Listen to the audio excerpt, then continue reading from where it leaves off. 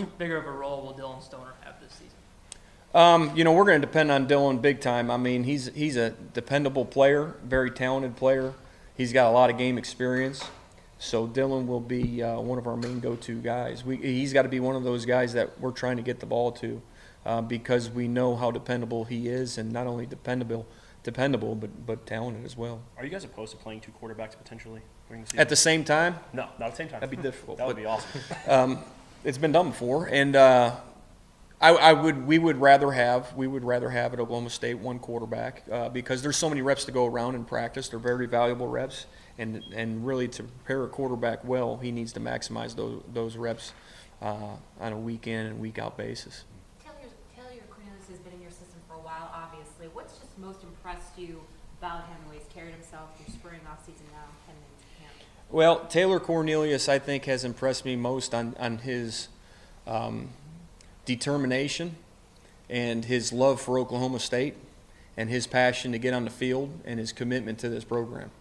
It's a guy that had opportunities to go elsewhere and and to help his family out from a financial standpoint because he could have went to school for free at other places, but decided to walk on at Oklahoma State, earned himself a scholarship, learned the offense very well, developed himself in the offseason. So that's what impresses me about Taylor Cornelius. In a day and age where maybe you don't see that so much, I can't necessarily go along with that theme that I hear coaches saying all the time because my room is so awesome, from a guy like J.W. Walsh, who back in the day, came back and stayed true to Oklahoma State when he could have graduated and transferred. He stayed true. So, Taylor being around that environment and being around that culture, it became very natural for him to just stick it out. And so, those are the great things that you like to see in a young man, and those are the things that you want your kids to see and understand and to have that stick-to-itiveness and that commitment and that just want to be a Cowboy and want to become the guy. So I'm excited for him. We all are, and his opportunity. But, it's not just that. He's a very capable young man. I can't wait to let him loose and to see what he can do. He's got good arm strength, accurate passer, understands the system, great feet, can move. Just lacks the game experience, but he won't flinch. The other strong attribute Taylor possesses is he's not a very high and low guy. He's a steady guy with a mentality and very consistent from a mental state of mind framework guy.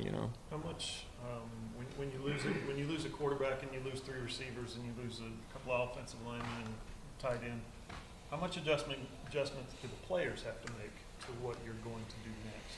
I don't necessarily think that it's the players have to adjust. I think as a coach, you want to make sure that you adjust to what their strengths are. So our system is, the guts of it will never change, and it'll always stay the same way.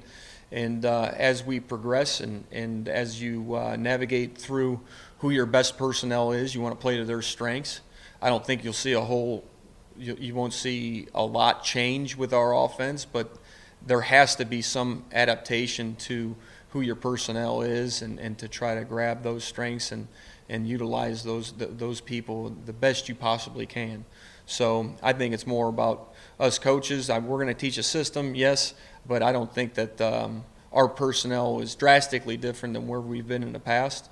I think it's very similar to certain aspects of moving the football forward down the field. But I think as coaches, I think the responsibility falls on us to make sure that we're adapting as well. Is it more for them? Is it more for just reps and playing time, just getting used to playing? Guys who have been backups in the past. I think so. It's everything. I think it's everything that the offseason's about, right? Getting stronger, getting faster, and then obviously it's the mental game, and then the fundamentals, and then the game experience, gaining that, and then I think it's that whole part. Obviously, life has been great with Mason Rudolph over the last several years, but getting new guys in here, having a quarterback competition, is it in any way kind of invigorating to you as the offensive coordinator, QB coach? Yeah, it's always invigorating being a part of this program, quite honestly. We've been blessed to have great quarterbacks for a long time here, but ever since I've been here, it's been an awesome room. from a talent standpoint, from a character standpoint. So getting to coach these guys and getting some fresh blood in there as well, that, these guys that are new are also guys that we've evaluated and felt fit our Cowboy culture. So they're cut from the same cloth, if you will. So it's just exciting to be with those guys and to coach them and to see how everybody learns and to be able to communicate and get feedback and just build relationships with these people. It's an awesome profession. Definitely a different challenge for you this season than the last couple. It's always about that. I think you're always trying to improve on that. You're always trying to teach better. You're always trying to find out how a guy learns better. Whether Rudolph was a sophomore or a senior, you're always trying to make sure that they're the most prepared they possibly can be. And just because it's a new set of fresh downs doesn't mean any of that changes. It's still the same philosophy. Try to make a kid the best player he possibly can be. And that's an ongoing process, and you're always trying to find ways to improve upon that. With Taylor's experience, and Mike even went as far as to say, Gundy went as far as to say, Taylor's our guy, right, as it stands right now. Obviously, with Spencer coming in, the kid from Hawaii, is it fair to say with Taylor's experience, it would take a strong effort from those two guys coming in late to beat him out? Well, I don't necessarily know if it's just experience. I think it's ability. It's accountability. It's the ability to make sure that the ball is secure and not throw interceptions, right? Make the right reads, and so it's a lot to it. It's not just about the experience. It's about ability. It's all mixed in, and Taylor is a very productive quarterback with a lot of ability. So I'm looking forward to seeing him get the opportunity here. You talked about finding the offense and kind of making adjustments to their strengths. You've got the quarterbacks on roster. A lot of them are pretty athletic, maybe can run a little bit better than Mason did. Is there safe to say maybe you could use their run? You would like to use their run game a little differently, or is it something where you'd I don't think protect we're them kind of like what you did with Yes, Mason? I understand your question, and I don't think you're going to see more quarterback runs from our offense. We sprinkled in some quarterback runs, even with Rudolph in there, just to keep the defense honest, whether it was a zone read keeper or on the edge, and you sprinkle those in a couple times a game. But you got to be careful because you don't want you got to make sure that quarterback is being protected and making sure that one, we're throwing the ball well down the field, and two, when they cover the pass, we have to hand it off to our talented running back core. Now, will we have a couple quarterback runs in there? I think you sprinkle them in, but as we always have. But nothing drastic. We're not gonna change our offense. I'm sure you've Like seen. seeing Mason and James get to move on to the pros, and they're on the same team. It's awesome. Unfortunately, I grew up a Browns fan, so. I had plans to see some family on vacation, and they won't talk to me anymore because I've changed jerseys. But what are you going to do? I went to school out there south of Pittsburgh, so I got a bunch of college buddies that we're now reuniting, so to speak. They used to dog me for years, so now we're all in the same boat, But I'm just kidding. But I'm still not a Browns fan. But I'm tickled pink for those guys to get the opportunity, and to be on the same team is awesome. And they're great young men. They're going to have great professional careers, and they're going to continue to do what got them there, and that's work real hard and go to work and be a great teammate and do the best they possibly can and control everything that they can control. That's what those guys are awesome at is they take care of their business. Did you buy the home or away Cleveland Browns jersey this year? I did not Didn't buy get a one? Browns jersey. That's a good joke, dude. Good one. Serious question for you then.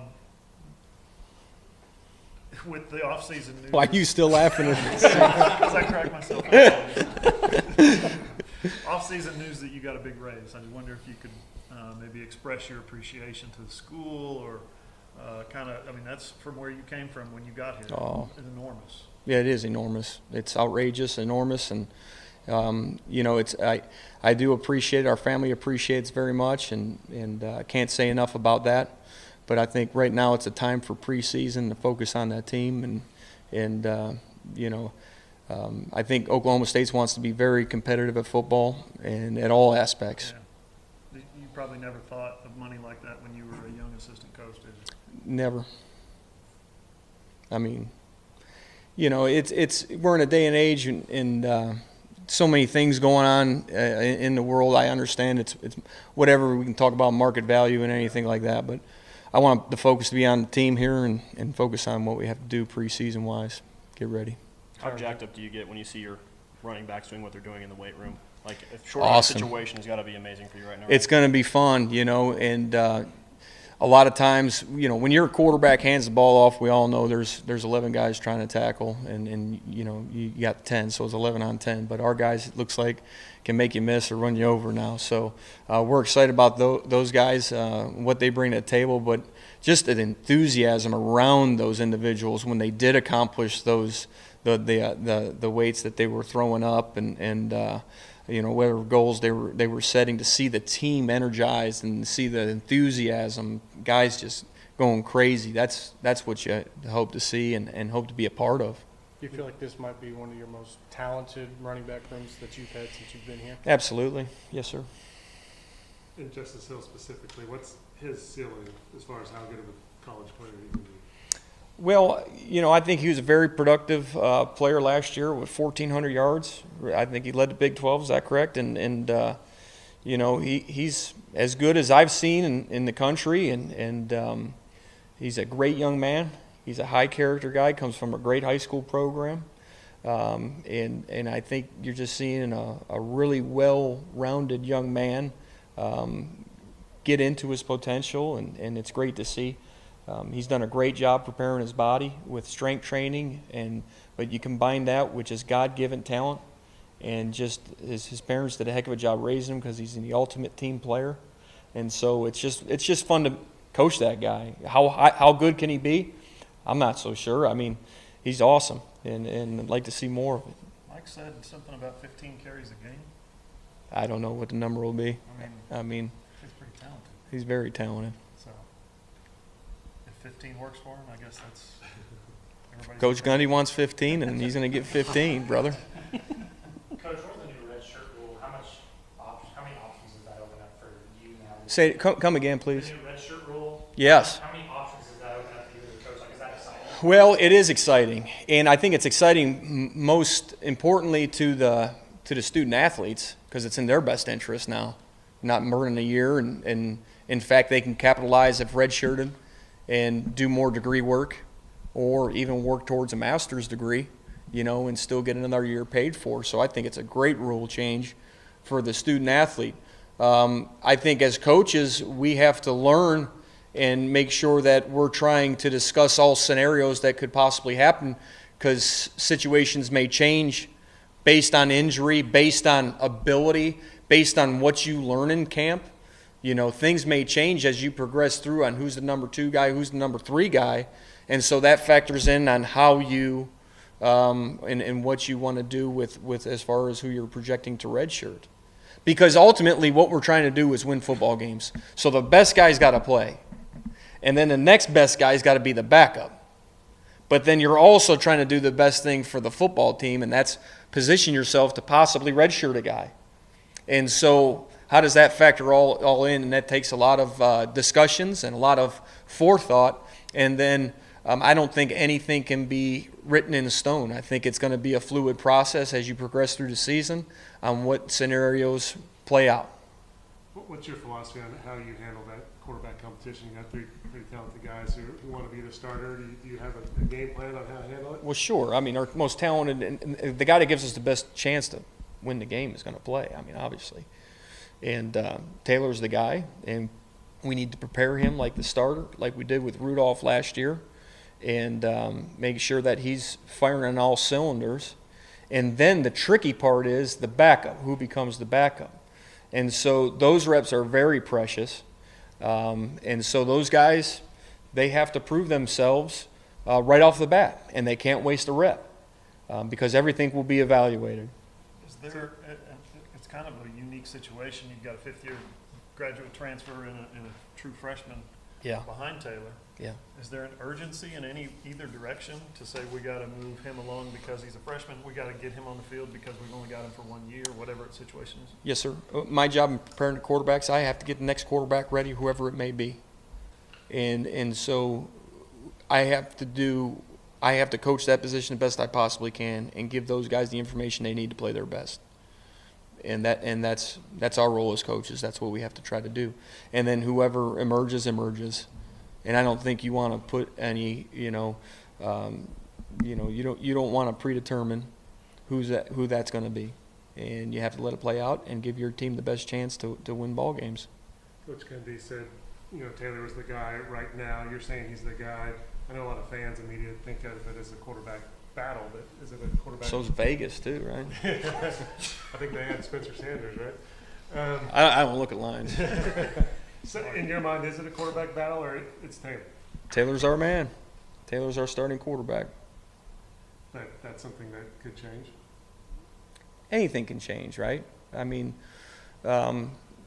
anything can happen. But we have to prepare Taylor. He's the starter, and he's going to get the 1 reps, and he's our guy. Anything can change. I mean, anything can change at the New England Patriots.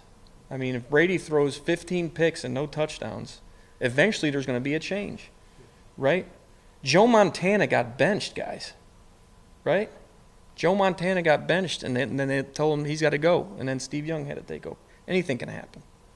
As long as he... Taylor's our guy. So you've got the next Steve Young on your roster. I did not say that, dude. You just killing me, man. With the Browns jersey and that shit, I mean, you're just getting me good today. Yeah, I know. It's good, man. You've obviously had a chance to work with Taylor for a while. How excited are you to actually get to coach Spencer and Drew? Very talented young guys, and it's awesome to be able to ask a lot of questions, especially with Drew. You ask him, I'm, not too proud to think that what were you taught at Hawaii, and let me see things to how you think about the game, and be able to learn how his brain works and how he formulated thoughts and concepts. So that's fun from that standpoint. And he's an awesome young man. He's very hungry and very thirsty to learn our offense. And Spencer is the same way. He's just a gung-ho guy. He's all football. And if he's not playing football, he's fishing. And then, he's just an awesome young man. And so those guys are just, it's a dream come true to be able to be in the same room with all those guys and just to talk football and call that a job is awesome.